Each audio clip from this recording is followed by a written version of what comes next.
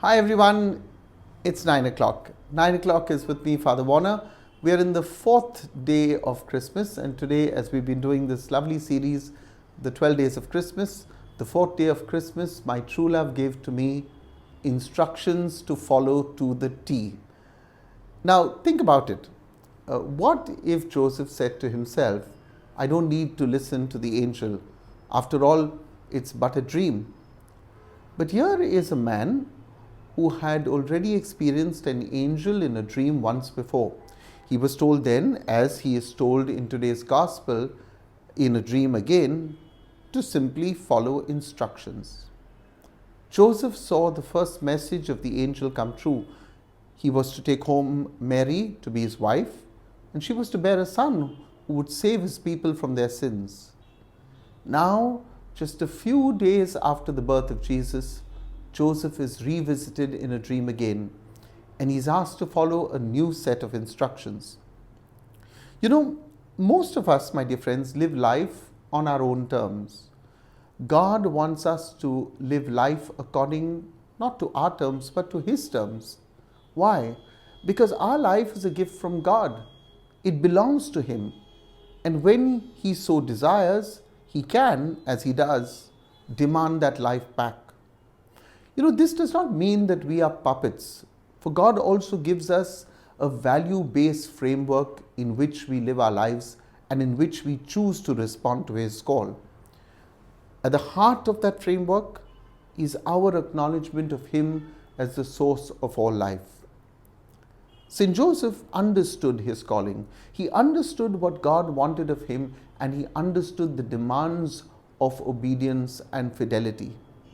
But he also learned that God spoke to him in a unique way.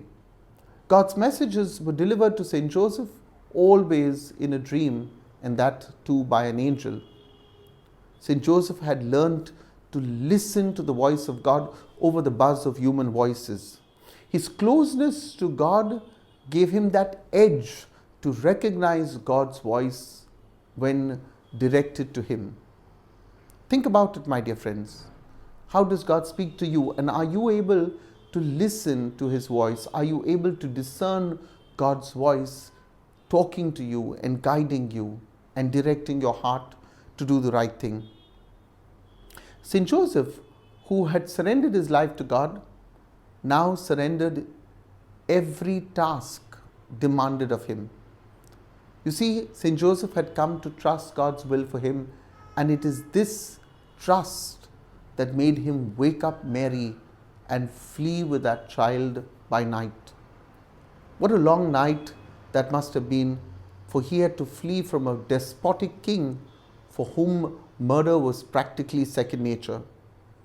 And into that dark night of fear and uncertainty, Joseph stepped out in faith with Mary, holding together the light of the world wrapped in swaddling clothes.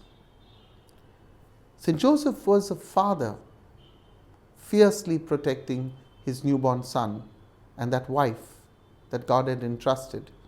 And today I want to pray for all fathers who protect their wives, who protect their children from every harm, from every danger. You know, on this, the fourth day of Christmas, our true love God teaches us to trust Him, to follow His commands, to tune our ears to His instructions, to even step into darkness with great faith. My dear friends, God has a plan, but God wants us to cooperate with Him. He does not twist our arm, but if we are in tune with Him, then discerning His will is, as I often say, easy peasy. Joseph listened to God, and because he listened, Jesus was saved from the clutches of death. Yet that day, many innocent children died. We might ask, why did God not step in? As I said before, earlier in this teaching, God doesn't treat us like puppets. Free will is ours to act upon. We can choose to do good in this world. We can also be agents of the devil. Herod used his position and power to bring death and destruction. Why? Because he was insecure. Imagine, a simple thing like insecurity led to the massacre of innocent children. You know, history in that sense repeats itself. And while humankind so often has said after a war, never again, humanity itself justifies death and war each time political leaders or despots think their interests are not served.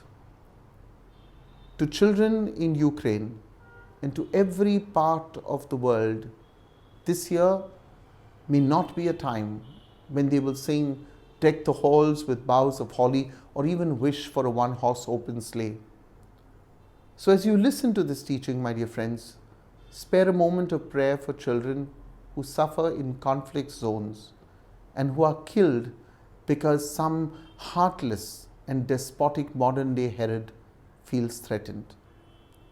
Today I want to send out birthday wishes to my dear friend Raina. May God bless you, Raina, and preserve you, and also to your husband Triton and your lovely son Danin.